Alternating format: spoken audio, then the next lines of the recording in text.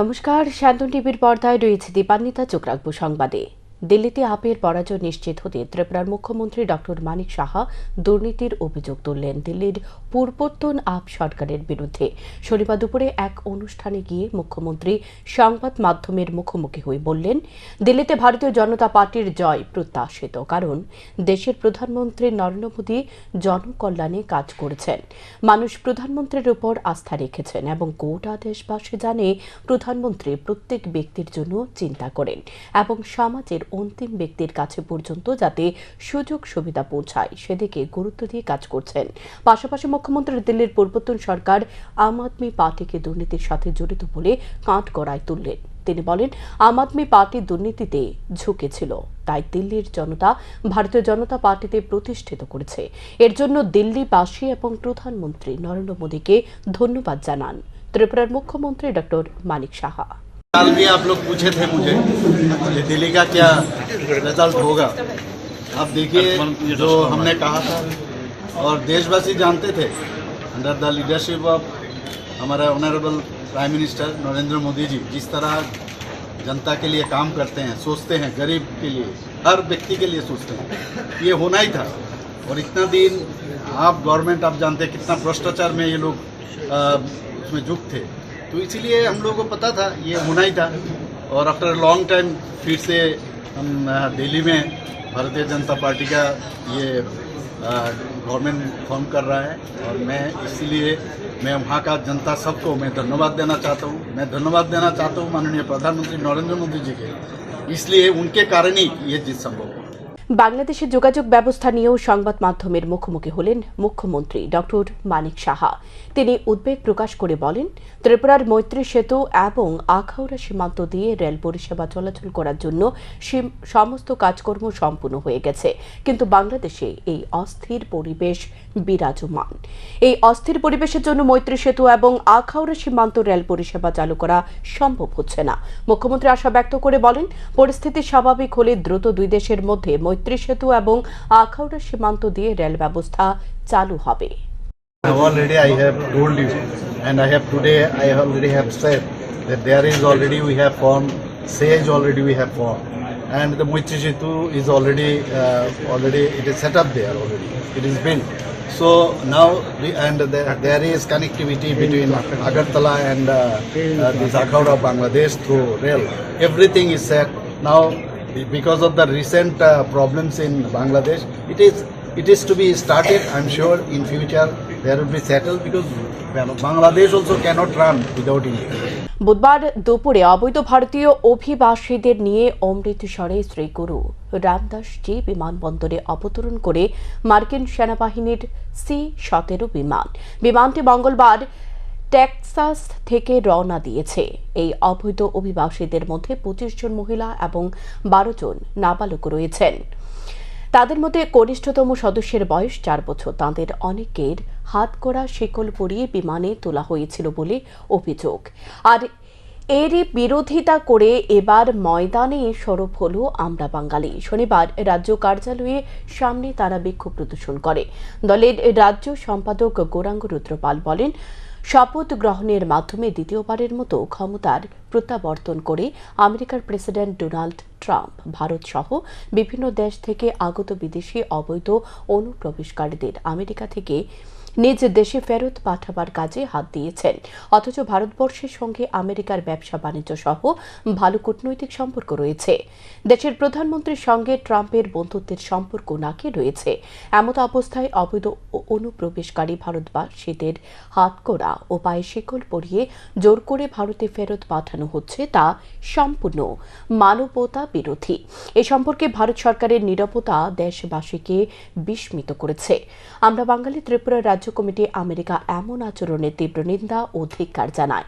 ভারত সরকারের কাছে আমরা বাঙালি দলের দাবি, ট্রাম্প প্রশাসনের সঙ্গে অনতিবিলম্বে কথাবার্তা বলে চিহ্নিত ভারতবাসীদের সম্মানের সঙ্গে দেশে ফেরত এনে ক্ষতিপূরণ দিয়ে পুনর্বাসনে যাতে ব্যবস্থা করা হয়, অন্যথায় দেশজুড়ে মানুষ আন্দোলনে নামতে বাধ্য হবে।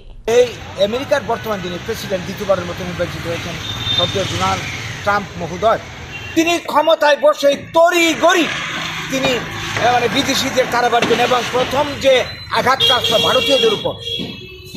আপনারা দেখেছেন, পত্রিকাতে খবর বেরিয়েছেন, হাতে পায়ে শিকল পরিয়ে আসামি, খুনের আসামি যারা দেশদ্রোহী, তাদের ক্ষেত্রে এই ধরনের আচরণ দেশের মধ্যে হয়ে থাকে অনেক সময় আইন না মানলে তাদেরকে কন্ট্রোল করার জন্য। আজকে তাদেরকে এইভাবে বিমানে তুলে জল খাওয়ার পর্যন্ত সুযোগ দেওয়া হয়নি। বিমানের মধ্যে কি ধরনের তাদের উপর অমানবিক ব্যবহার করা হয়েছে, মানবতা বিরোধী, তাদেরকে এই দেশে ভারতে পাঠানো হয়েছে। এটা আমরা কোনোভাবেই মানতে পারি না।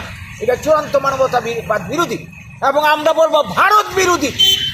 আজকে আমরা শুনে থাকি ভারতের যিনি বর্তমান কি বলবো প্রধানমন্ত্রীজি, তার সঙ্গে নরেন্দ্র মোদীজির সঙ্গে ডোনাল্ড ট্রাম্পের হরিহরাত্মা সম্পর্ক। তার বন্ধু, ভালো কথা থাকতেই পারে। আজকে মোদীজি নীরব কেন এই প্রশ্নে? চার চোর সহ চুরি যাওয়া বেশ কিছু স্বর্ণালংকার এবং একটি গাড়ি উদ্ধার করল পূর্ব আগরতলা থানার পুলিশ। পূর্ব আগরতলা থানার ওসি জানান, 1 ফেব্রুয়ারি কামারপুকুর পাড় একটি জুয়েলারি দোকানে চুরি হয়েছিল। দোকানের মালিক পূর্ব আগরতলা থানায় অভিযোগ দায়ের করেন। আগরতলার এছাড়াও রাখু দাস নামে এক ব্যক্তি অভিযোগ দায়ের করেন ওনার একটি গাড়ি চুরি হয়ে গেছে বলে।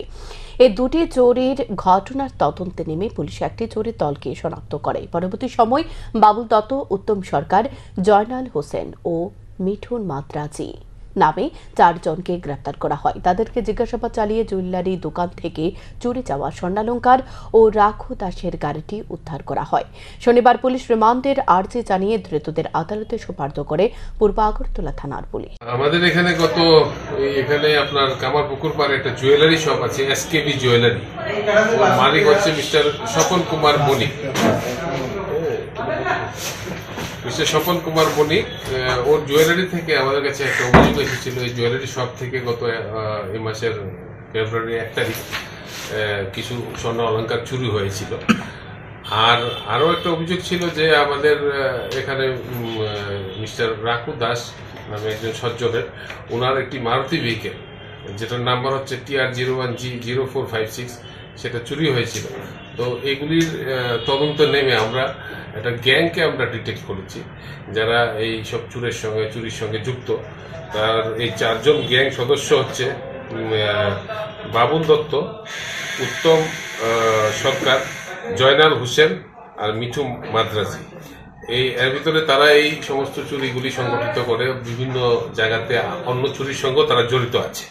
তো তাদেরকে আমরা গ্রেপ্তার করেছি এবং এই জুয়েলারি শপের থেকে যে আপনার জুয়েলারিগুলি চুরি হয়েছিল তা আমরা উদ্ধার করতে সক্ষম হয়েছি। সেগুলি আপনাদের সামনে আছে। আর গাড়িটাও আমরা রিকভারি করেছি। একটা গাড়িটা আমরা প্রথমে রিকভারি করেছি, পরবর্তী সময় সিসিটিভি ফুটেজের মাধ্যমে আমরা এই ওকে শনাক্ত করেছি আপনার যারা এটার সঙ্গে যুক্ত আছে। আগামী 18 ফেব্রুয়ারি কেন্দ্রীয় বাজেট এবং নয়া পেনশন নীতি বাতিল করে পুরনো পেনশন নীতি চালুর দাবিতে ত্রিপুরা কর্মচারী সমন্বয় সমিতির HB রোডের পক্ষ থেকে এক মিছিল সংগঠিত করা হবে। শনিবার HB রোড স্থিত কার্যালয়ে সাংবাদিক সম্মেলন করে একথা জানান সংগঠনের সাধারণ সম্পাদক মহুয়া রায়। তিনি বলেন, আগামী 10 ফেব্রুয়ারি আন্তর্জাতিক নারী দিবসকে সামনে রেখে এক কর্মসূচির আয়োজন করা হবে। কিছুদিন পূর্বে রাজ্যে আসা ষোড়শ অর্থ কমিশনের কাছে বিভিন্ন দাবি নিয়ে দেখা করার আহ্বান জানিয়েছেন তারা, অথচ দেখা করার সুযোগ দেওয়া হয়নি। অর্থ কমিশনের উদ্দেশ্যে রাজ্যের মুখ্য সচিবের কাছে 10 দফা দাবি সনদ তুলে দেওয়া হয়। তাদের দাবিগুলি মূলত রাজ্য ও কেন্দ্র সরকারের মধ্যে 50 থেকে 50% কর বণ্টনের করা, এডিসি এলাকার শিক্ষক কর্মচারী নিয়োগের জন্য সরাসরি আর্থিক অর্থ প্রদান করা, অনিয়মিত কর্মচারীদের নিয়মিত করা, সর্বশিক্ষা অভিযান ও রাষ্ট্রীয় মাধ্যমিক শিক্ষা অভিযানের নিয়োজিত শিক্ষকদের নিয়মিত স্কেল প্রদান করা, বিশেষ করে বিভিন্ন দপ্তরে শূন্যপদ পূরণ করাও দাবি করা হয়েছে বলে জানান তিনি। কর্মচারীদের জন্য এই হেলথ স্কিম চালু করা, এটা চালু করার ফলে কেন্দ্রীয় কর্মচারী যারা রয়েছেন, পেনশনার যারা রয়েছেন এবং তাদের যে ডিপেন্ডেন্ট ফ্যামিলি মেম্বার যারা রয়েছেন, তারা ডাক্তারের সাথে কনসালটেশন ফি, ট্রিটমেন্ট ফি, তারপর যে পরীক্ষা নিরীক্ষা করা, ডায়াগনস্টিক ফি এবং যে ওষুধের খরচ, এটা পান। আমাদের রাজ্য এটা করতে হবে। আমরা 8 নম্বরে দাবি করেছি 8ম বেতন কমিশন, এটা 16 জানুয়ারি গঠিত হয়েছে। এর সাথে সঙ্গতি রেখে রাজ্যের কর্মচারীদের পেনশনারদের যাতে বেতন পুনর্বিন্যাস হয় তার ব্যবস্থার জন্য উদ্যোগ গ্রহণ করতে হবে। এর জন্য প্রয়োজনীয় অর্থ বরাদ্দ করতে হবে। আমরা জানি আমাদের দেশে 4টা রাজ্য আছে, তামিলনাড়ু, অন্ধ্রপ্রদেশ, কেরালা এবং কর্ণাটক। এই 4টি রাজ্যে নিয়মিতভাবে 5 বছর পর পর বেতন পুনর্বিন্যাস পে রিভিশন করা হয়। আমাদের all India state government employees ফেডারেশনও এই দাবি তুলেছে এবং আমরা ত্রিপুরা কর্মচারী সমন্বয় কমিটি এসবি রোডও আমরা এই দাবিটা তুলছি, যাতে এক দেশ এক ভোট হলে পরে 4টা রাজ্য যদি পারে তাহলে আমাদের পক্ষ সেখানে কিন্তু এই 5 বছর পর পর যাতে বেতন পুনর্বিন্যাস হয় এই বিষয়টা দেখবার জন্য আমরা আবেদন করেছি। আমাদের রাজ্যের সংবিধানে 9 নম্বর হচ্ছে সংবিধানের 6ষ্ঠ তফসিল মোতাবেক যে আমাদের Tripura tribal autonomous district council যেটা রয়েছে TTADC, এটা আমাদের রাজ্যের একটা অনন্য এবং গর্বের বিষয়। আমাদের রাজ্যের যে 19টি উপজাতি গোষ্ঠী আছে এবং যারা বসবাস করেন এইসব জায়গায় তাদের উন্নয়নের জন্যই কিন্তু এই ADC গঠন করা হয়েছিল। কিন্তু আমরা দেখছি এখানে যে প্রয়োজনীয় অর্থের এবং পর্যাপ্ত সংখ্যক যে সরকারি কর্মসূচি মানুষের কাছে পৌঁছে দেবার, জনকল্যাণমূলক কর্মসূচি পৌঁছে দেবার যে প্রয়োজনীয় সংখ্যক কর্মচারী সেটার প্রচণ্ড অভাব রয়েছে এবং ইনফ্রাস্ট্রাকচার এটারও অভাব রয়েছে। নিয়মিত কর্মচারী আরও বেশি সংখ্যায় নিয়োগ করা প্রয়োজন এবং পিছিয়ে পড়া জনগোষ্ঠীর বিকাশে আরও বেশি অর্থ এবং কর্মচারী নিয়োগের জন্য আমরা 16 ফিনান্স কমিশনের কাছে আমরা বলেছি তারা যাতে এটা কেন্দ্রীয় সরকারকে সুপারিশ করে এই ADC-তে অধিক অর্থ বরাদ্দের জন্য। নেশামুক্ত কেন্দ্র থেকে নেশা সেবনকারী এক যুবকের মৃতদেহ উদ্ধার হয় শনিবার। মৃত যুবকের নাম রোনাল দেববর্মা, বয়স 21 বছর। তার বাড়ি রতনপুর নবীন ঠাকুরপাড়া এলাকায়। ঘটনা শনিবার ভোরে আমপুরা স্থিত ইয়াত্রী সুকাং এন্ট্রি ড্রাগস নামক নেশা মুক্তি কেন্দ্রে। জানা যায় গত 3রা ফেব্রুয়ারি মৃত যুবকের পরিবার তাঁকে চিকিৎসার জন্য নেশামুক্তি কেন্দ্রে নিয়ে আসে। কিছুদিন চিকিৎসা চলার পর শনিবার ভোরে নেশামুক্ত কেন্দ্রে শৌচালয়ের ভেতরে ঝুলন্ত অবস্থায় দেখতে পায় তার সঙ্গীরা। খবর পেয়ে ছুটে আসে নেশা মুক্তি কেন্দ্রের দায়িত্বপ্রাপ্তরা। কর্মীরা খোয়াই বাইজাল পুলিশ ফাঁড়িতে খবর দিলে বাইজাল ফাঁড়ির পুলিশ ঘটনাস্থলে ছুটে গিয়ে ঘটনাস্থল থেকে মৃতদেহ উদ্ধার করে খোয়াই জেলা হাসপাতালের মর্গে নিয়ে আসে। তবে মৃত্যুর কারণ নিয়ে ব্যাপক সংশয় সৃষ্টি হয়েছে পরিবারের লোকজনদের মাধ্যমে। কেউ কেউ মনে করছে রোনালকে খুন করা হয়েছে, আবার অনেকে মনে করা হচ্ছে হয়তো নেশামুক্তি কেন্দ্রের শারীরিক কিংবা মানসিক নির্যাতনের কারণে সে আত্মহত্যা করেছে। ঘটনার সুষ্ঠু তদন্তের দাবি করল স্থানীয়রা, কিন্তু এটা স্পষ্ট কোনো কারণ ছাড়া এই ঘটনা সংঘটিত হতে পারে না। পুলিশ জানায় ঘটনার সুষ্ঠু তদন্ত হবে। ময়নাতদন্তের রিপোর্ট হাতে থাকলে স্পষ্ট হবে খুন নাকি আত্মহত্যা। গোটা ঘটনায় ব্যাপক রহস্যজনক। 6টার দিকে একটা ফোনে আমরা পিএসসি সেন্টার থেকে আমরা জানাইছে এবং একজন ছেলে থাকি মারা গেছে। সেখানে পর ভাই আমরা ইনভেস্টিগেশন আমি আর আমার বড়বাবু রিপোর্ট চই আর আমরা দুজন মিলে আমরা করে দিয়েছি ডেপুটি পাইছি আমরা হাসপাতালে লয়ে আনছি। তখন তদন্ত মানে কেম হয়েছে এরকম পর্যন্ত। তো স্যার কে লেগে মারা গেছে ছেলেটা? ছেলেটা বোধ হয় আগে বাড়ি ঘরও এর মা বাবার যত্ন হয়েছে, বাড়ি ঠাকুর দিত না ড্রাগস এখানে সেজন্য ওই যারা সেন্টার পার্টি তারা দই যায় এর কী হতো রাস্তা যায় এখানে রাস্তা পারবে এখান থেকেই ওর পাখি এখন ওরা আমি এখন খবর পাচ্ছিলাম আমার শুরু যেটা। তার বাবার নাম কি তো স্যার? বাবার নাম ব্রজমোহন দেববর্মা। আর যে মারা গেছে জুনেল দেববর্মা। কেমনে মারা গেছে স্যার? রাজধানীর রামনগর 8 নং রোড স্থিত নবজাগরণ ক্লাবের উদ্যোগে শুরু হলো দুদিনব্যাপী শিশু উৎসব। শনিবার দুদিনব্যাপী শিশু উৎসব অঙ্গ হিসেবে অনুষ্ঠিত হয় এক বসে আঁকো প্রতিযোগিতা। প্রায় 4 শতাধিক শিশু এই বসে আঁকো প্রতিযোগিতায় অংশগ্রহণ করে। মোট 4টি বিভাগে অনুষ্ঠিত হয় এই প্রতিযোগিতার উদ্বোধনী অনুষ্ঠানে উপস্থিত ছিলেন আগরতলা পৌর নিগমের মেয়র তথা বিধায়ক দীপক মজুমদার, ক্লাব সভাপতি গৌতম রায়, সম্পাদক বিষ্ণুপদ ধর সহ অন্যান্যরা। মেয়র দীপক মজুমদার শিশু উৎসব আয়োজন করার জন্য নবজাগরণ ক্লাবের সদস্যদের ধন্যবাদ জানান। পাশাপাশি তিনি নবজাগরণ ক্লাবের প্রশংসা করেন। উৎসব যেটা করেছি এটা আগরতলা রাজ্যেও বিভিন্ন সমাজ সংস্থা করে, কিন্তু আমাদের এই রামনগরে বিশেষ করে নিকলাম একটা বিশেষ ভূমিকা গ্রহণ করেছে। শিশুদের তাদের মেধা, তাদের সুপ্ত যে গুণাবলী প্রকাশ করার ক্ষেত্রে কিন্তু এই ধরনের প্ল্যাটফর্ম অত্যন্ত প্রয়োজনীয়। আজকে যারা শিশুরা তারা প্রকৃত মানুষ হিসাবে নিজেকে তৈরি করার ক্ষেত্রে কিন্তু এই ধরনের সামাজিক সংস্কৃতির এগিয়ে আসে সরকারের পাশাপাশি। আমার মনে হয় তারা যারা আগামী দিন আমাদের সমাজ এবং রাষ্ট্র পরিচালনা করবে, যারা আমাদের আগামী ভবিষ্যতে শিশুরা তাদের মানসিক বিকাশ, শারীরিক বিকাশ এবং আমি বলবো যে তাদের মেধার বিকাশে কিন্তু এই শিশু মেলা বা এই ধরনের অনুষ্ঠানের মধ্যে কিন্তু প্রকাশ হয়। এই বছরের প্রতিযোগিতায় আমি দেখেছি প্রচুর সংখ্যক অংশগ্রহণ করেছে, এটা একটা খুব ভালো লক্ষণ। সর্বভারতীয় কংগ্রেসের নির্দেশ অনুযায়ী রাজ্যেও অবসরপ্রাপ্ত সৈনিকদের সংগঠনকে চাঙ্গা করার উদ্যোগ নেওয়া হয়েছে। তারই অঙ্গ হিসেবে শনিবার প্রদেশ কংগ্রেস ভবনে এক গুরুত্বপূর্ণ বৈঠক অনুষ্ঠিত হয়। বৈঠকে পৌরোহিত্য করেন প্রদেশ কংগ্রেস সভাপতি আশিস কুমার সাহা। তিনি জানান, রাজ্যে দীর্ঘদিন ধরে অবসরপ্রাপ্ত সৈনিকদের সংগঠন সক্রিয় ছিল না, সেই সংগঠনকে পুনরুজ্জীবিত করতে এদিনের বৈঠকের আয়োজন করা হয়েছে। পাশাপাশি বৈঠক থেকে অবসরপ্রাপ্ত সৈনিক সংগঠনের পদাধিকারীদের নাম নির্বাচিত করে দিল্লিতে পাঠানো হবে। সেখান থেকে ঘোষণা করা হবে পদাধিকারীদের নাম। এআইসিসির নির্দেশক্রমে আমাদের রাজ্যে যিনি ইনচার্জ গিরিশ চুরাঙ্করজি এবং আমাদের সেক্রেটারি ইনচার্জ ক্রিস্টোফার তিলকজি গত 16 তারিখে রাজ্যের যতগুলি এআইসিসির অ্যাপ্রুভড ডিপার্টমেন্ট সেল এই রাজ্যে আমাদের বর্তমানে আছে, তার মধ্যে আমাদের এই এক্স সার্ভিসম্যান ডিপার্টমেন্ট, এই ডিপার্টমেন্টটি এই রাজ্যে একটা দীর্ঘ সময় ধরে এই ডিপার্টমেন্ট নন ফাংশনাল ছিল।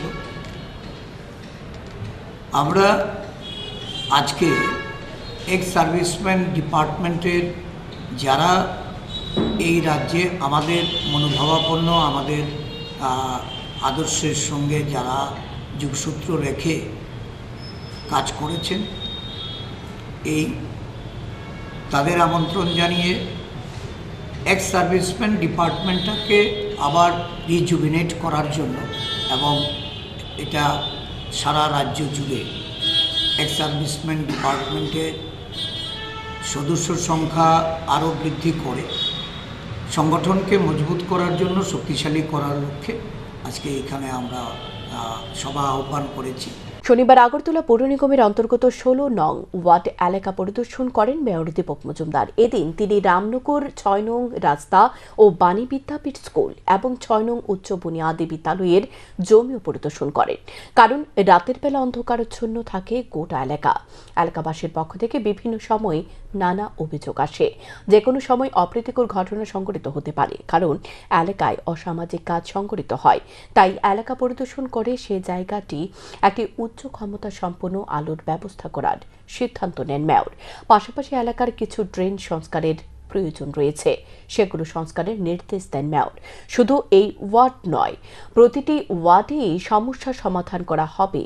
পুরো নাগরিকের কিছু সময় দেওয়ার জন্য আহ্বান রাখেন তিনি আরও বলেন, দীর্ঘ বছর ধরে আগরতলা পৌর নিগমের বিভিন্ন ওয়ার্ড এলাকায় বহু কাজ হয়নি, সেই অসম্পূর্ণ কাজ বর্তমান নিগম কর্তৃপক্ষকে শনাক্ত হচ্ছে। আগামী দিন গোটা শহর কিভাবে সাজিয়ে তোলা যায় সেদিকে গুরুত্ব দেওয়া হচ্ছে বলে জানান তিনি। আগরতলা পৌর নিগম অন্তর্গত 16 নম্বর ওয়ার্ড, যে ওয়ার্ডে আমি কাজ করার সুযোগ দিয়েছি এলাকার মানুষ, তো সেই ওয়ার্ড আজকে কিছুটা অংশ আমরা ভিজিট করেছি।